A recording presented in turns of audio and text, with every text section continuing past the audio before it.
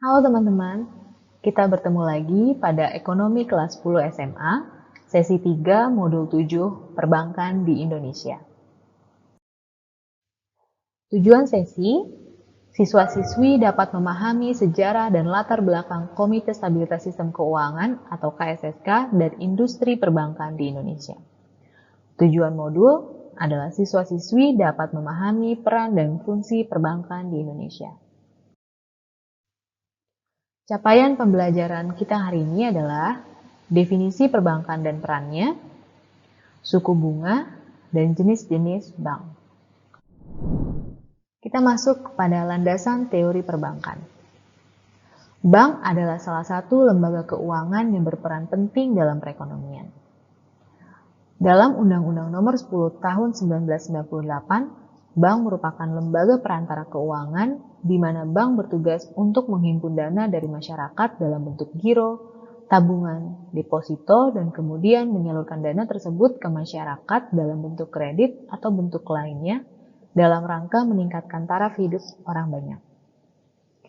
Bank sebagai lembaga perantara keuangan atau financial intermediary antara pihak yang memiliki kelebihan dana atau surplus dengan pihak yang memerlukan dana atau deficit of fund.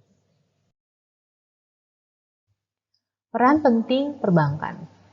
Apa yang terjadi jika tidak ada bank? Yang pertama, scarcity of funds. Yang kedua, tidak berjalannya proses transaksi keuangan. Yang ketiga, perlambatan pertumbuhan ekonomi. Yang keempat, lemahnya pengawasan kinerja bisnis. Dan yang kelima, fundamental jasa keuangan yang tidak stabil. 3 peran penting yang dijalankan oleh perbankan sebagai berikut, yaitu lembaga kepercayaan, sebagai agen pembangunan, dan sebagai pemberi layanan. Kita masuk ke dalam pembahasan suku bunga. Pelaksanaan fungsi intermediasi perbankan selalu terkait dengan suku bunga. Suku bunga mempengaruhi keputusan ekonomi seseorang atau rumah tangga, atau korporasi, dan juga pemerintah dalam mengkonsumsi dan menempatkan dana. Ketika suku bunga tinggi, orang biasanya akan lebih suka menyimpan uang mereka di bank karena ia akan mendapat bunga yang tinggi. Sebaliknya, jika suku bunga rendah, masyarakat cenderung menarik dana mereka yang ada di bank untuk mendapatkan alternatif investasi yang lebih menarik. Nah, kebijakan moneter dan fiskal ekspansif adalah saat suku bunga rendah, dan kebijakan kontraktif adalah saat suku bunga tinggi, karena suku bunga berkaitan dengan cost of fund atau biaya pendanaan. Mari kita bahas sejarah perbankan di Indonesia. Sejarah perbankan di Indonesia tidak terlepas dari zaman penjajahan Hindia Belanda. Pada tahun 1746, VOC mendirikan The Bank van Lening untuk mempermudah aktivitas perdagangan VOC di Indonesia. Bank Belanda yang berhasil berkembang dan menjadi cikal bakal Bank Sentral Indonesia adalah The Javanese Bank. The Javanese Bank didirikan pada tahun 1828 dan memiliki fungsi sebagai bankir untuk pemerintah Hindia Belanda pada saat itu.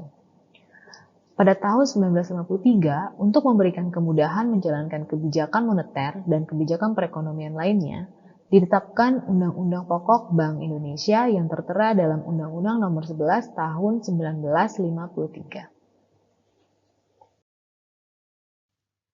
Berikut adalah jenis-jenis bank. Bisa kita bedakan berdasarkan fungsi, kepemilikan atau ownership, status, dan kegiatan operasional. Berdasarkan fungsinya, bank bisa dibedakan menjadi 3, yaitu bank sentral atau kita kenal sebagai Bank Indonesia di Indonesia, lalu ada bank umum, dan juga BPR. Berdasarkan kepemilikannya, yaitu pemerintah, swasta nasional, dan asing. Berdasarkan status, yaitu dibedakan menjadi devisa dan non-devisa. Dan berdasarkan kegiatan operasional, yaitu ada konvensional dan syariah. Fungsi bank di Indonesia adalah sebagai tempat menghimpun dana dari masyarakat, sebagai penyalur dana atau pemberi kredit, Bank Umum mengeluarkan uang viral, yaitu alat pembayaran lewat mekanisme pemindah bukuan atau clearing, mendukung kelancaran mekanisme pembayaran, menghimpun dana simpanan masyarakat, mendukung kelancaran transaksi internasional, penyimpanan barang-barang berharga, dan jasa lainnya. Nah, fungsi utama perbankan Indonesia adalah sebagai penghimpun dan penyalur dana masyarakat serta bertujuan untuk menunjang pelaksanaan pembangunan nasional dalam rangka meningkatkan pemerataan pembangunan. Mari kita masuk ke kuis yang pertama. Berikut adalah jenis-jenis bank kecuali A. Bank Umum, B. Bank Syariah, C. Bank Devisa, D. Bank Kertas, dan E. Bank Swasta Nasional. Kita masuk ke dalam kuis yang kedua. Berikut hal yang akan terjadi jika tidak ada bank sebagai lembaga intermediari, kecuali A. Tidak berjalannya proses transaksi keuangan, B. Peningkatan nasabah, C. Perlambatan pertumbuhan ekonomi, D. Lemahnya pengawasan kinerja bisnis, dan E. Fundamental jasa keuangan yang tidak stabil. Berikut adalah referensi pada modul hari ini. Terima kasih dan sampai berjumpa di modul selanjutnya.